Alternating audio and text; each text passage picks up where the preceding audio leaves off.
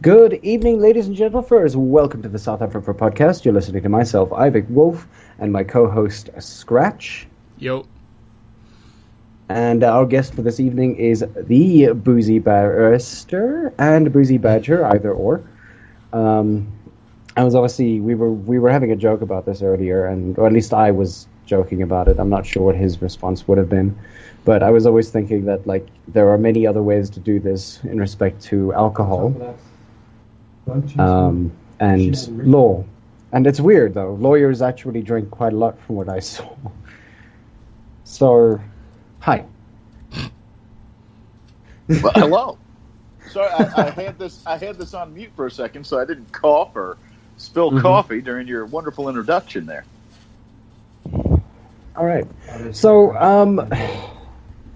obviously, and I mean, like we were talking about beforehand, why exactly did you, or how, or what happened? I wrote a thing, and the furries lost their goddamn minds. That happens. Every now and again I sit alone at night and say, how did this happen to me? Simple Plan playing in the background.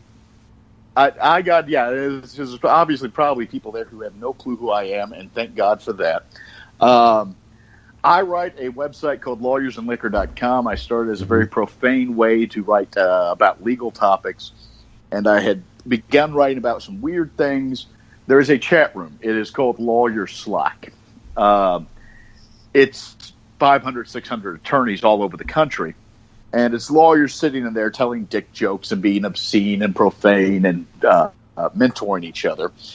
And somebody had posted a Twitter thing for D.O. Tasdevil about that whole Rocky Mountain Fur Con and the Nazis and the Sovereign Citizen Demand Letter. And I read that, and I thought, well, this is weird, and I have nothing to write about for tomorrow, so here we go. I wrote a piece about that. I didn't call furry sexual deviants, and apparently that's all it takes to not be on the shit list of the furry fandom. Because the next fucking day, my phone started beeping from notifications, and it hasn't stopped.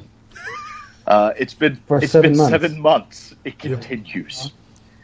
And from there, I kind of got knocked over the head with a blackjack and taken into the furry fandom, which has been a hell of a lot of fun. I've really enjoyed it, and it's a great place to be.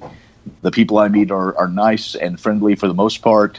Has the same issues as anybody else, but it's a hell of a lot of fun, and it's relaxing and funny, and I enjoy it. So you've kept me around this long. Yeah. So, any guest of honor spots? I know that I've been trying to check.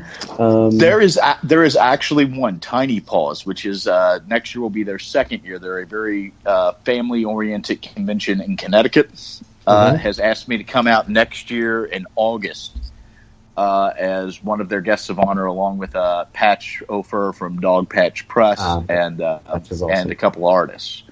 Now, when they told me it was a family-friendly convention, I thought, why the hell are you inviting me out there? But I actually went this year out there. I went out there this year because it's one that is very close to where I live and where I practice, only a few hours. And I took my family, and everybody had a blast, and the con chairs are wonderful people. So I'm wondering how much of that is I deserve a guest of honor spot, and I wonder how much of that is they just want to make sure I come back for a second year because they like my kids. So... All right. That's going to be my other interesting question about things. Your kids, yes, and things like that. How do they take this entire? I'll tell you a story after Tiny Paws Convention, which was the first one that the whole family went to. Somebody had asked my kids, my oldest child, "What is your persona?" And she looked at them and said, "Which one?" Oh God! How old is she? She's 14. Okay, and she has developed several personas since all this started. All of my kids have chosen personas now, including the baby. Speaking of kids with personas, there was an article that I read recently-ish about, what was it, a 4-year-old kid who was on Second Life who had several different personas and was RPing. Why is there a 4-year-old on Second Life? I don't know. Like I remember, How it is could have been a child 4-year-old. services not involved in this? Just, there's a parent there who's not checking around the house. It could have been a joke article. I'm just thinking. Young girl has. Does he have an armband? Second. Is the article on The Onion? No.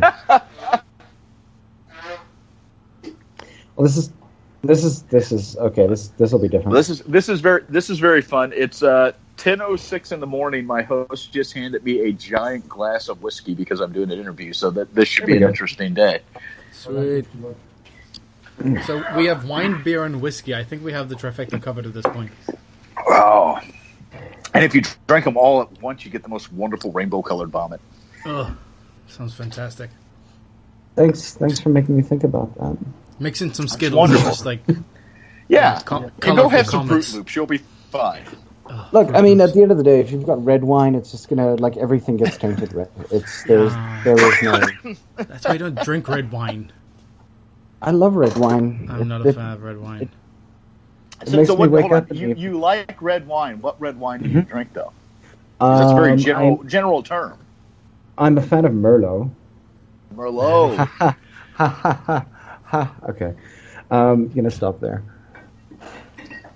But yeah, Merlot is one of my favorites. I personally am a Cab Sav guy. Ooh, but Cab Sav is good, but it depends on what you're eating it with. If you're like having a Cab Sav with a steak, you're on the right track. Merlot also goes well with it. We're talking about Kaya wine. I'm supposed to eat while I'm drinking. To pair them and things. Okay, we're going off topic. You're far off topic. This is what happens. Get used to it. This is what we do. Yeah. This is literally what we do. One of the things that I do want to say just before we do carry on with the interview, if anybody does have any questions in the live chat, because there is a live chat, so if anybody has any questions there that they'd like to ask Boozy. I like that Boozy. Bourgeoisie. It's better than let them drink cake vodka. Yeah. So, if anybody does have any questions, you're more than welcome to ask. And so with this entire sort of foray into the furry fandom, and I mean, like, a lot of people sort of have been asking questions, and even on Twitter now recently, one of our own furs was asking, like, why are you famous? Like, has anybody actually told you, like, what makes you famous, in essence? I don't know. I am just amazed that the fuzzy little assholes think this is a big deal, because the explanation I got very early on was you're a professional and you're not from our community and you're not talking down to us, and that's rare, and we like that. Now, I've been here 7 months. I have no clue why people are still like. I was sitting here the first week of this, and we're in bed one night, and I look at my partner, and I say, eventually this will die down. And they go, oh, yeah. I said, yeah, I mean, eventually they'll move on to the next thing. It's been 7 fucking months, guys. I have no idea why this is a thing. It's like the snowball went completely out of control and devoured 3 or 4 towns on the way down. Mm-hmm. I like to think because I'm personable and amusing. That is what I like to think, but no one's sufficiently explained to me why people still want to talk to me and read my shit. So, with the sorry, carry on. At least the shit you retweet is good. Like, good. Yeah, I mean that's what I am now. I am the Reddit of furries. I'm just a content aggregator. I retweet other people's jokes. Well, I was on the way to the airport once. And I was sitting reading through something that you retweeted about this one guy who wrote a cease and desist letter for someone who was talking about who wrote an article about some millionaire who hit a girl in an elevator or something like that. Respectable law. I know exactly who you're talking about. That one. That is another. He's actually a very, very nice person. But that is another semi-anonymous legal tweeter We tweet on different things. They go very all out on tweet threads and tweet streams. I unfortunately I'm thread. still. Oh yeah, no, they're wonderful. Like I sent them a message on Friday saying I was flying to Seattle for a joke, and the response was, "You've gone wild. This needs to stop." But yeah, they have a very very good Twitter account, and they really kind of go all in and jab to my stuff. A lot of times on my Twitter, I am promoting the site because I talk on the site more than anything else. Okay, there are a couple of questions here already. One of the questions from Advolf is: have you actually dealt with any non-US legal systems? Very straight up question. I have in a roundabout way. The area I live in and that I practice in is very, very Hispanic.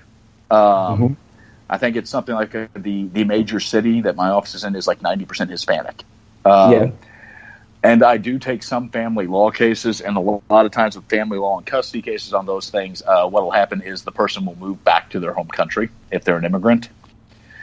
So we'll have to do things like get service of process in another country to bring them back into the court so the court can determine the child custody matter or the division of property or things like that. But that's about the extent of my experience internationally. Now, I'll tell you, there is an equivalency exam for U.S. lawyers who are trying to begin practicing in any of the Commonwealth countries that I have been eyeing very heavily because I'm close to Canada. And I would just, at some point, like to be able to wear a wig to court. Oh, nice. But I could technically do it now, but it would be like a rainbow wig. So yeah. But I mean, Canadian law and South African law are actually quite different, I think, if I'm not mistaken. Because I know we use the old Roman Dutch law system. And that's actually a really interesting thing about the South, because although you all were an English possession, I believe originally wasn't it the Dutch that held South Africa as a colony? Yep. Yeah, it was the Dutch who first came here, and then the English wanted the diamonds and the gold. Yeah, well, yeah, that happens. And then we fought twice and lost twice. I kicked their asses until concentration camps started showing up. But let's not talk about that. Let's not go there. Let's not blame England for doing things that fascists are more popular for. Anyway, so secondary question: Scotch or Irish whiskey? Actually, bourbon. I drink American whiskey. Bourbon, normally, if I can, it is made in the Commonwealth of Kentucky, which is my home state, because that's where real bourbon is made. Slightly tilted. Okay, carry on. America makes well, okay. Not at least it's not Tennessee. Well, that's actually because you're thinking Jack Daniels. I know exactly what you're talking about. Is Wild Turkey Jack Daniels? No, Wild Turkey's Kentucky. Yeah, but it's not a bourbon. No, it is. Is it? Oh. Yeah. Okay. Wild Turkey's a Kentucky straight bourbon whiskey. Which Kentucky has a purity law on what can and cannot be labeled Kentucky bourbon whiskey. So, Tennessee is the coal-filtered sour mash. I've never been a huge fan of Jack Daniels. Yeah. And part of it being I don't like the taste that much. The other half of it being was I went to college and I drank a lot of Jack Daniels. And, if you eat something all the time, eventually when you don't have to eat it anymore, you don't want it. Yep. Yeah. That's kind of me and Jack Daniels. It's a lot like Lutefisk, isn't it? Right. Right. Okay. So, I mean, you've been to a whole bunch of conventions. How do you actually manage your time around all of this kind of stuff? Obviously, you've got your other doing that stuff now. But quite frankly, the practice of law, at least the way that I practice, I'm a litigation attorney. I'm a trial lawyer, which means it's slow and it's fast, and I have things that I'm doing on a day-to-day basis all the time. But some weeks I'll have nothing new coming in, and I can work around it. The site gets written from home. A lot of the times I write and research it from home in the evenings. The Twitter stuff, lawyers are masters of multitasking. I have TweetDeck up in one window. I ignore 3/4 of the stuff that goes on, and then I jump in. For the conventions, I have one solid rule of thumb, and it is very simply I don't close my office early. If it's a Friday, I am in my office every day, 8 a.m. to 6 p.m. I never close my office early. Any convention I've gone to, as a couple of them have said, "Oh, we'd like you to do a panel at like 4 on a Friday." I'm going, "No, I can't do that because I don't close my office till 6, and you're a 4-hour drive away." Okay. So that's how it works. I am breaking that rule for 2 conventions that are coming up, MFF, and then again for Fur Squared. But MFF is because I want to visit some friends in Chicago while I'm out there, and I very rarely take vacations. I took a vacation this summer. That was my first vacation in 8 years. So I have some days that I can justify doing it. And then Fur Squared is Alkali Bismuth's Con. And Alkali is just a wonderful person. We've gotten to know each other, and I've become friends with him and his husband over the past several months. And I really want to make sure I'm there for that whole convention to support them. But outside of that, like this weekend, the ability to jump on a plane at 6 a.m. on Saturday morning to fly across the country, that's because I have a very supporting partner and very understanding children who are okay with this. As a matter of fact, one of the things that has been said, I mean, like most lawyers, I'm a miserable son of a bitch. We're all miserable sons of bitches. Doesn't matter how happy we seem. Yeah, one night I'm sitting there, I'm interacting with furries on Twitter, and my partner walks in and looks at me and says, "You know what's funny? You're happier since you started fucking around with the furries." So it's cheaper than it's cheaper than a therapist is the answer on why they let me do these things. There's no Prozac involved by talking to furries. I'm trying to make it but time blank. It's okay. But like I said, time management. Very recently, the otter came to me and said, "I'm going to start keeping your schedule with the furries because you're agreeing to do everything under the sun, and we would like to see you sometime." So, yeah, understandably. Well, with mention of your partner and your kids and everything like that. Now, I mean, I'm assuming QM is your partner, at least by the banter on Twitter. Did you recently give him a persona particularly for this, or did everybody just? It's okay. The Boozy Badger thing started because I made a one-off joke because I love alliteration in a post. I said if I'm going to be the Boozy Badger. So we before Furthermore, which was the first convention that kind of like reached out to me and said, "Hey, come to one of our conventions," and they gave me time on stage. I had upgraded my phone to a red iPhone. The furries had killed my prior one. And no shit, like I was on the road and I was charging it so much it wore out the charging port. So I upgraded to the red iPhone, and when I got home, they saw the red iPhone and said, "I want the red iPhone." And I'm like, "No, well, this was a whole thing because the banter on Twitter, that's how we are at home." So I had posted the exchanges that were going on Twitter, but I didn't know how to label them, so I just had quotation marks around that part, and somebody started calling them quotation marks. So that stuck. And originally it was they had said, "Well, if I'm going to make a persona, I'm going to be a skunk," and we said, "Okay." And we posted the skunk information, and then somebody said, "Oh, it would have been great if that was your significant otter." And we're corny bastards, so it immediately got changed to they're an otter. They're the significant otter. So I'd like to say that we sat down and made some thought decision on one of us.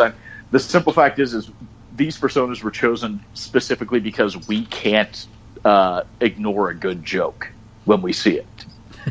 The sad thing is, quote unquote. Yeah, the sad thing is after looking into these randomly assigned personas that have happened because of our love for humor and bad humor at that, we've discovered they actually fit pretty well.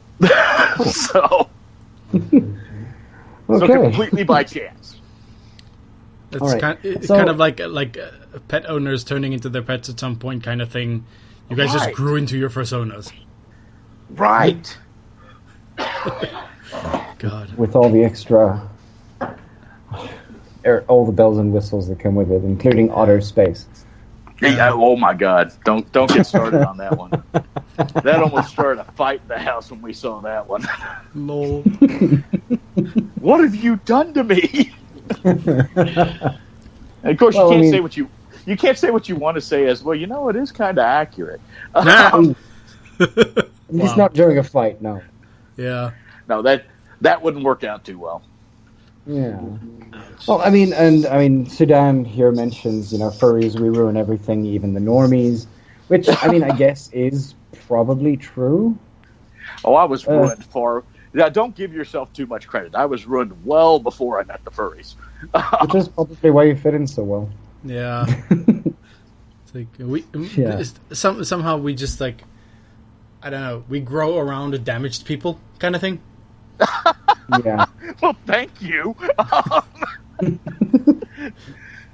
We adopt all the damaged people, even the lawyer. Well, I said I was ruined. I didn't say I was damaged. You make it sound like before I met the furries, I was like standing in the corner hugging a teddy bear and crying to myself. I don't know what you do in your off time, okay? I don't know how you handle I'm not saying days, I don't do that, but exactly. If the shoe fits, okay. If given the opportunity. So a couple of questions here. One from Advolf again. Hello, How much fan art, good, bad, and ugly, have you received from the fandom? It has. I got a lot in the first 3-4 days. It's slowed down a lot now. Every now and again, I get a couple little things about stuff going on or little pieces. Guys, everything I've seen has been wonderful. It doesn't matter whether it's a line drawing or anything like that. It's great that somebody took the time out to make it. And there's so much talent in the furry fandom it's just kind of amazed me a bit. But yeah, I haven't seen any ugly fan art. The fact is, if somebody's sitting down and they say, I want to draw a picture or write a story or something like that, I'm not going to judge it. The fact that they did it alone is flattering, and I try not to judge other people's work. All right. Cool. All right. So, yeah. I have a question. Yeah. Ever since you've joined quote unquote the furry fandom, and you've discovered this whole different sphere of people, is there any kind of media that you've been exposed to, or any anything in sort of that's specific to the fandom, or that you see through a new lens because of the fandom that you enjoy? Have you seen the cheese grater picture? Have Are you aware of the cheese grater? I'm not quite sure. Do you have internet access there? I do. Okay, let's see. I'm speaking to you through Skype. Yes, I have internet access. Go to e621.net. Stop. And search for cheese_grater. Don't do it with anybody around if you're listening. Because what pops up is not pleasant, and you're going to learn how dangerous of a question that is to ask me. Okay, backing off. Here we go. This tab and not even bothering. You mentioned the letter and 3 numbers, and I just stepped away. Why? Ivek, don't. Why? Why do I keep looking? Why? Okay, wait, hold on. Now let me tell you how I found that. When all this first started, I was like, "Tell me more about the furry fandom." Somebody had said, "Go to e621.net," and I went, "Not today, furry Satan. That's not happening. I know what to expect." Now, like 3 nights later, this is how I keep getting drawn in, because this is my personality. Like 3 nights later, I'm sitting on the couch. Everybody's out of the house. Somebody else tweets me that, go to e621.net. And I go, why the hell not? Sure. And man, I just do not make good decisions. Oh God. I'm Bleach. Please. I just did. But you know what? Look at that. It's it. very well done. I mean, the content is horrifying, but the art itself. I'm very scared to click through. Don't do it. Leave it. Do it. Because obviously it's a tag, so there are a whole bunch of interesting, possibly actually kind of nice things there. Then you just see that, and you're just like, but No. Any case, so Raccoon asks a question about Go right ahead. adversarial law, and okay, just Focus. I'm trying. Works. Wait. If adversarial law system works, then an innocent person hearing that the other side hired the best lawyer available should reassure them, but it doesn't. Is that evidence that the adversarial legal system is broken in that it is more determined by who has a better lawyer than who is in the right? I.e., would a defense lawyer push for prosecution of his client if evidence shows he is guilty and vice versa? Well, I mean, your job as an attorney on the other side is to present the best case for your client that you can. I would not say it's evidence the adversarial system is bent or broken in any way. Obviously, there are issues with our current justice system, but I have faith many times in the power of a jury, and the adversarial system is built around that. It's built around forcing the party with the burden of proof to prove their case. There's a saying, it's actually from Blackstone's commentaries, and it was better one guilty man go, or 10 guilty men go free than one innocent man go to jail. The idea being that the burden should always be on the state, and it is the duty of a defense attorney to force the state to prove their case beyond a reasonable doubt. I believe very strongly in that. Now, we have different burdens of proof for different types of cases. And in some cases, obviously, money will win out. And that happens a lot in civil cases. The party with the most resources will get the better result. But at the end of the day, does it mean that they win? Anecdotes from my career are things like when people hire my office to bring a lawsuit against a big corporation with a lot of money. And maybe it could be a very big claim, but it's going to take a long time to get to it. And my guy doesn't have the resources to fight a case for 2-3 years. But what we get, because of the strength of the case and how we present it in the adversarial system, is we get the other side to agree to a settlement. And that happens a lot. And as I tell every client, you can't predict what a jury is going to do if you get it in front of a jury. But I mean, in respect to that entire thing, I mean, like when it comes to settling and whatnot, the issue, of course, and I mean, like again, I've been speaking about my one lawyer friend who's also one of the lecturers with me. I've asked her on like several occasions, like if people settle out of court, it doesn't change the law. No, it doesn't, and of course, but here's the thing: is especially in the American system, a judgment in court doesn't change the law either. It just creates the law of the case. For the law and the interpretation of it to change. Well, it doesn't, though. A trial court doesn't create precedent. Appellate courts create precedent. Okay. For the law to change or the interpretation to be changed, the trial court has to find a certain way. That judgment has to be appealed up to an appellate court. The appellate court has to re-examine the law itself and issue an opinion that sets precedent. And in some cases, it then has to be, because we have an intermediate appellate system in many of our states, it then has to be appealed up to the Supreme Court, which has to agree to hear the case, which then has to issue an opinion that changes the way the law is. But trial courts don't set precedent. We call it the law of the case, and that's it. It is precedent for that case only, not for any other case. Okay. Because I mean, with respect to that, I mean, like the chat's kind of blowing up about a lot about the idea of juries and whatnot. Sudan mentions, a jury is made up of lay people; they don't know how to interpret the law. Whereas with Raccoon mentions, he doesn't. That's think actually Go. That's actually though the exact point of a jury. A jury is not supposed to interpret the law. That is the court's job. The court is the finder of law. They make legal conclusions. That's why you have that man in the black robe or woman in a black robe. The jury is what we call a finder of fact. They are the ones who weigh the evidence. Okay. Not the law.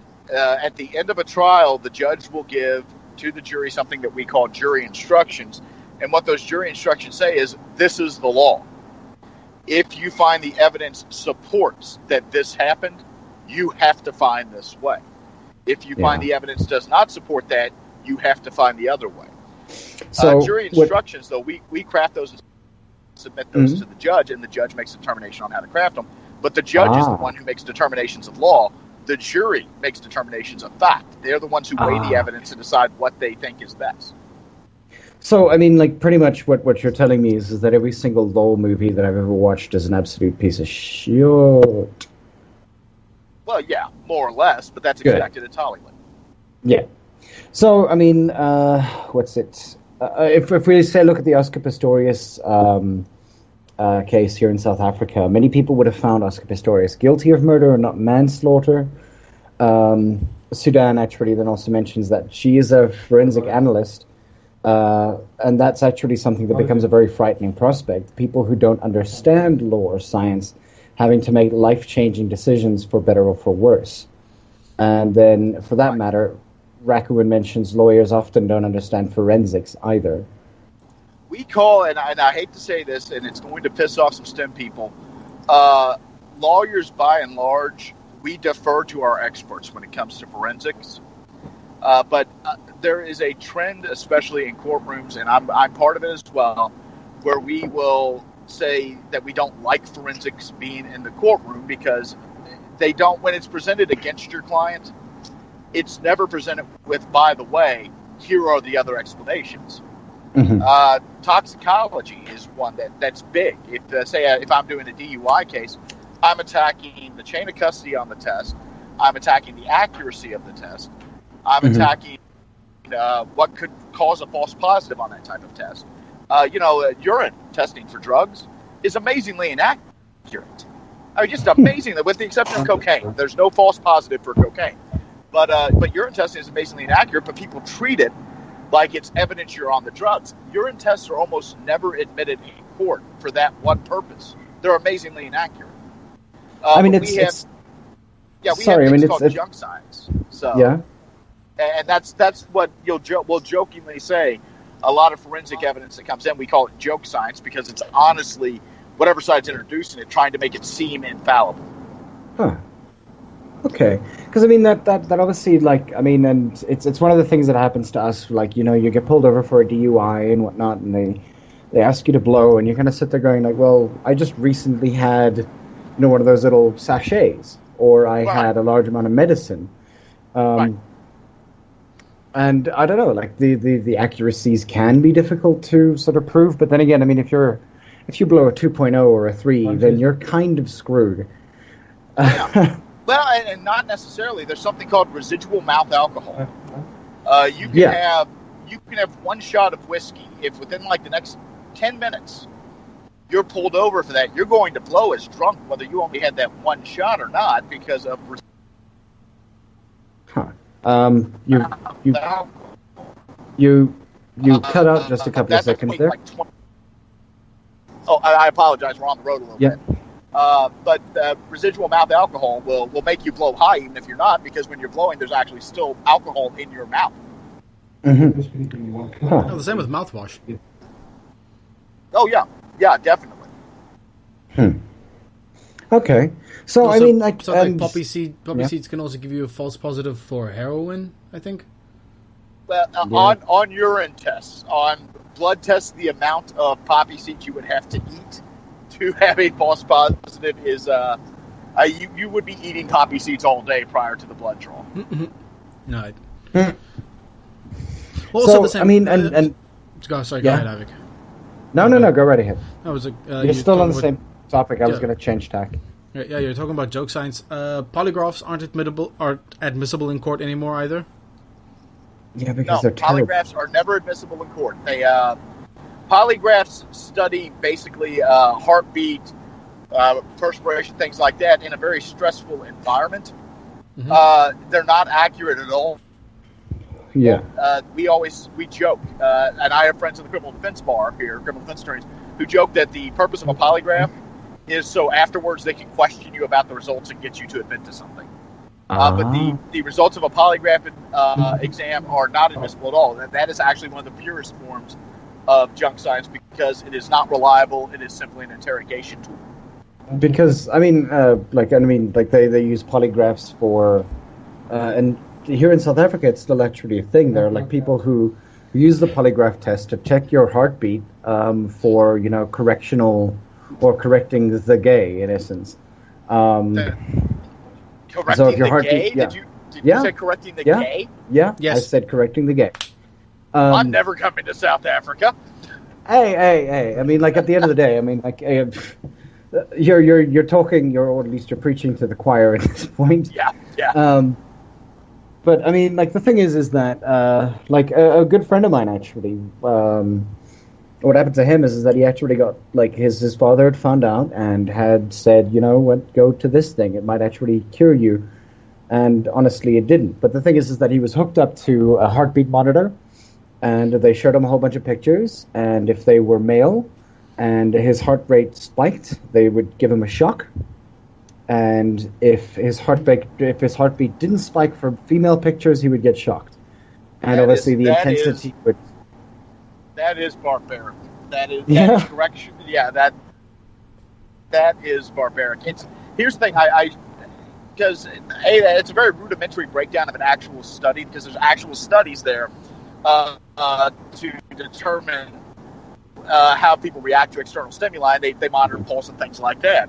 But this, I'm showing you a picture of a male in an environment where we're going to shock you if you get nervous about it or excited by it. That by itself could cause excitement. It's a stupid blind study. Right, and that's barbaric. And I hate to say it, but there's, it's not like we're far ahead of the curve over here in the U.S. on that stuff. There are certainly conservative areas of this country that would love to be implementing that if they're not already at some of the pray the gay away conversion camps, where they may not go that far, but they definitely berate people and make them feel like shit about themselves and about very natural things.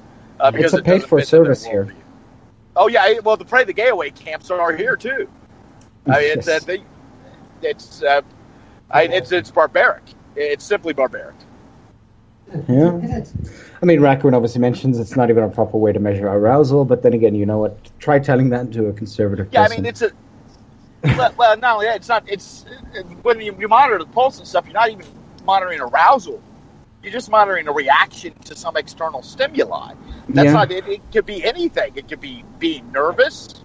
It could be being frightened. Anything that causes your heart rate to rise. Yeah. That's definitely true. No, it's absolutely insane. So, what are the? I mean, like, and here's obviously the question that I'm going to ask. Like, I mean, you mentioned your kids as well as your partner. Did you adopt, or was that from a previous marriage, or what exactly happened? They're my kids. Okay. I don't go into family stuff too much, just because I always have this one thing in the back of my mind, and it is the honor looking at me and going, if you tell them too much, I'll kill you. So. Cool. Huh. Okay. Well, fair enough. We'll skirt over that one. But I mean, like, it is always like, I mean, for me, it is always something interesting to note. I mean, given the periods that we grew up in and the parents that we may have had. I mean, you grew up in Kentucky, which, as far as I know, is super conservative. It depends. I grew up in a very liberal area of Kentucky. My parents are very dedicated Christians, but my parents are by no means fundamentalists. Yeah. They actually, on social matters, are very forward thinking. Or as in their opinion, God doesn't make anything He hates. So. Yeah. No, that's a great opinion and things like that. I mean, like, and well, we're very happy for you as well, because I mean, from our side, I mean, there's always a point that, like, I don't know. I personally don't want to have kids, so I'm always interested in hearing what it's like to have them, especially in a relationship. It's a terrifying nightmare. It's a terrifying nightmare. It's the best one I've ever had. Aww. Don't, Ivik, don't. Shut up! I'm not gonna have kids, okay? Just shit. I don't know. I'm blushing and it sucks. Yeah. Like, more power to you, but I think I'm cool with kids myself. Like. Yeah, look. I am deathly afraid of raising a sociopath. Like, but I'm just. You you know what the best part of having kids is eventually you're going to be a grandparent, hopefully. Hopefully. Mm-hmm. And then when you're a grandparent, you get to like give them a bunch of sugar and teach them bad habits and send them home just so you can make sure that your kids are completely aware of the shit they put you through. Yeah. No, believe me, my parents use like I work with computers all day. Like I'm a programmer.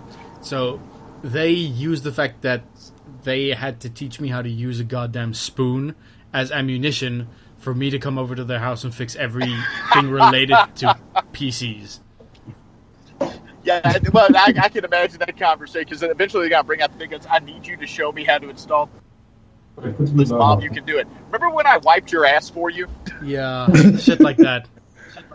Because I know right now my mom wants to know like how do I get songs off the internet so I can play them in my car? And I'm like, oh god, there is an enormous chain of shit I need to teach you to get that up and running. Oh my god. Yeah. Google yeah, Play, you see, maybe? I don't know. One of my more, at least this is possibly my own saving grace. I'm an English lecturer. I'm not going to teach you how to do anything because all I'm going to do is attempt to talk about linguistics and literature all day, and eventually just go into like this sort of weird spin-off about how, what's the word? Now I can't remember her damn name. Jane Austen is not the best feminist writer around, and that Emily Bronte should be put into that. And people are gonna they will crucify me eventually because this is my sort of perspective on things. But you say again, you're an English lecturer. Now my perception of that is you're like an English professor at the university level. Is what we would say here. If you would say that I was a professor, then you'd be very wrong. I'm not even there yet. I mean, I've gotten honors, and I'm teaching in a private institute. Well, what we say here is if you're teaching at a college level, we'd either call you an adjunct or an instructor or a professor, and a lot of people we just use kind of professor interchangeably as anybody who's teaching a college level course here, colloquially. Yeah, not as a term in their profession, obviously, but we do that here. Now, my mother actually was an English teacher at the high school level growing up. And the most infuriating thing about contacting my mother is she corrects my grammar constantly. Like I'll send her an email asking how things are going at home, and she'll respond with like 5 paragraphs, and the 5th paragraph is correcting all of the grammatical errors in the email I sent her. No. Yeah. We used to, because I grew up in the South, we used the word ain't a lot. Yeah. And she used to say ain't a word. Now, the best day of my life was when the Merriam-Webster dictionary added ain't to it. Because when she would say ain't a word, I go, it's in the dictionary, Mom. Unfortunately, so is twerk. Yes. Triggered. No, and I mean, like, that's possibly one of the mistakes that people make about, like, people who are in English. I mean, again, my major is in literature, and I do have linguistics as, like, a secondary major, especially in my honors year. But at the end of the day, like, if you've actively done linguistics at any given point, you'll realize that if somebody spells something incorrectly or, puts a comma in the wrong place or anything like that, and it doesn't change the meaning of the sentence, then you really have nothing to complain about. Right. Like, it's all about understanding someone. So, I mean, grammar rules, yeah, they're good for having around, and they're good to, randomly, like, ram into the heads of every single student that you can find, because that's what the teaching system wants you to do. But as soon as you do, like, first or second year linguistics, you kind of sit there going, like, well, you literally get taught that all rules are arbitrary, all words don't actually mean anything except for the ones that you've placed, some form of meaning onto it. And that kind of fucks with you for, like, 3 to 4 seconds. Unless, of course, you're in the legal area, because we take that shit seriously. Yeah. Understandably. I mean, words can't have their meaning changed if you base laws off of them. Yeah. Right. Well, we actually have a whole area of law, statutory construction, and all it is the court looking at it, and actually, I mean, as little as a comma, the placement of a comma to define what was meant. So, Ooh, yeah. We have a saying, we call it the $1 million comma, and it's placing a comma in the wrong place could cost your client $1 million, and that's actually happened in cases. There was a case recently where that happened. The placement of a comma was the difference between like $1 million in unpaid overtime and $2 million in unpaid overtime that was owed. That's rough. Yeah. Yikes. But I mean, and there's obviously like there lies the rub in respect to like legalese in essence. I mean, like I had to for one of my coworkers' master's paper, she asked me to do an edit. And it's very, very difficult to edit a paper that is based around, Roman Dutch law, particularly because they use all these Roman Dutch terms. Yep. And you're kind of sitting there going like, but why is this word here? What does this word mean? So you'd find that throughout the entire 50 to 60 pages that I was actually like editing, I would randomly just, seagulls, I would randomly just sort of put things in red and comment next to it and saying, is this the word that you want to use here? And so on and so forth. Well, and that's the thing. I actually, my office and several other offices actually have attorneys who all we do is review other guys' briefs and legal writings because we know what it means and we know what it's supposed to say. Yeah. Okay. So, back to furries. Yes. I'm assuming that at least 300,000 people have at this point asked you, hey, look, I might be going into a case at some point. Any advice? My advice to everyone is the same. Go to a lawyer in your jurisdiction and pay them to consult with you. The law is, with the exception of federal law, and even then when you get down to the U.S. specifically with all the different circuits and how they've interpreted federal law, it's very jurisdiction specific. And there's a reason that every state in the United States has their own bar that you're admitted to in order to practice there. And it's because, how my state, Pennsylvania, views something is going to be amazingly different than how the courts in the state I'm visiting right now, Washington, is going to view the same question, how their laws developed on it. We all draw from the same common law, but those precedents we were talking about earlier are going to influence how that law is treated within the state. So my general term, whenever somebody asks me, is you need to go talk to a lawyer in your jurisdiction because they're really the only ones that are going to be able to advise you about the law specifically regarding your case. Okay. Yeah, I think, and I think that's the difference between our law and your laws, is that like it's not just. But I think it's mostly because it's the way that your government is actually also run. In that there are many different kinds of ways of how to interpret specific things, and specific laws have been placed in, where certain other laws haven't been placed in. For instance, I mean, what is it? There's a law in one of your states that states something along the lines of you can't ride something with a duck in your car. Yeah. And has anybody actually been charged for that? What tends to happen with those laws and their older laws is they're ones that are put in place to stop one type of behavior, and then they're interpreted so narrowly. Over the years, like my home state, Kentucky, has a law that says you can't sell chickens dyed blue. You can't sell baby chicks that die on blue. But when you read the actual law, it's like 3 or 4 different types of livestock, and you can't sell them if you've artificially colored them. And the idea was to stop it from being selling one breed as another breed and things like that. Okay, so in other words, you can't necessarily sell a duck as a blue-footed booby. Right. Well, guys, I'm telling you, I'm about to go into the tunnels under Seattle, so I got to cut it short. I apologize. All right. Okay, well, just one more question. Can you legally shout objection in court? I do it all the time. Sweet. Now, I can. I wouldn't suggest you try it. All right. Okay. Thank you very much, Boozy, for joining us. We really hope to hear from you again soon. Certainly, anytime. We'll be following your Twitter, as always, and we really hope that you have a safe trip back to where you're going. And, thank you again for being with us. Thank you, and you guys, it was a great time. Have a great show. All right. Thanks a lot. All right. See you around, Bye. Boozy. Cheers. Bye-bye. Okay. So yeah, I'm assuming we're cutting tonight short.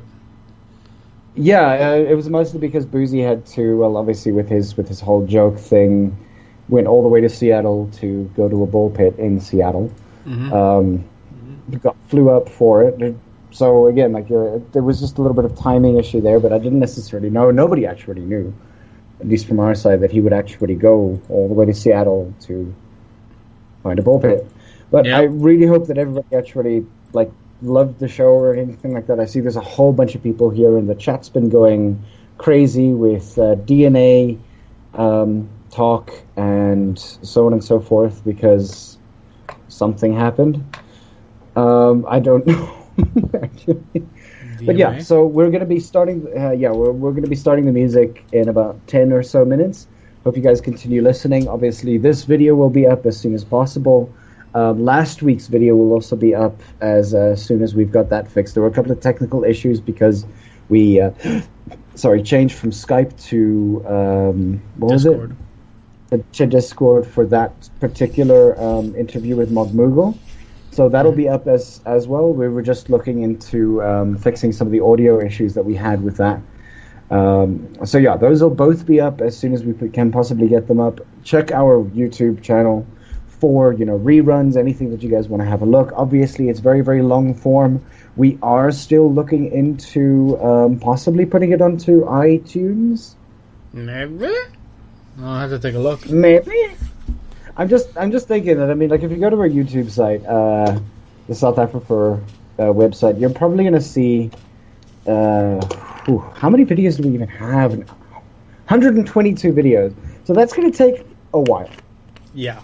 For us to scratch all those out, it's going to take a while. Yeah. So maybe we'll look into premiere ones if you guys actually want to suggest a couple that you want us to put on there. You're more than welcome to send us an email at south-afrifur@gmail.com. South-afrifur. Yeah, we have it. Is it? Yeah. South. No, is it? It's not south. Let me just look at our Gmail.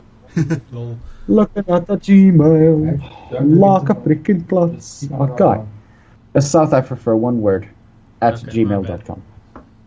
South.afrifur wasn't taken, but it was easier to do it that way. Okay, cool. I think. Yeah.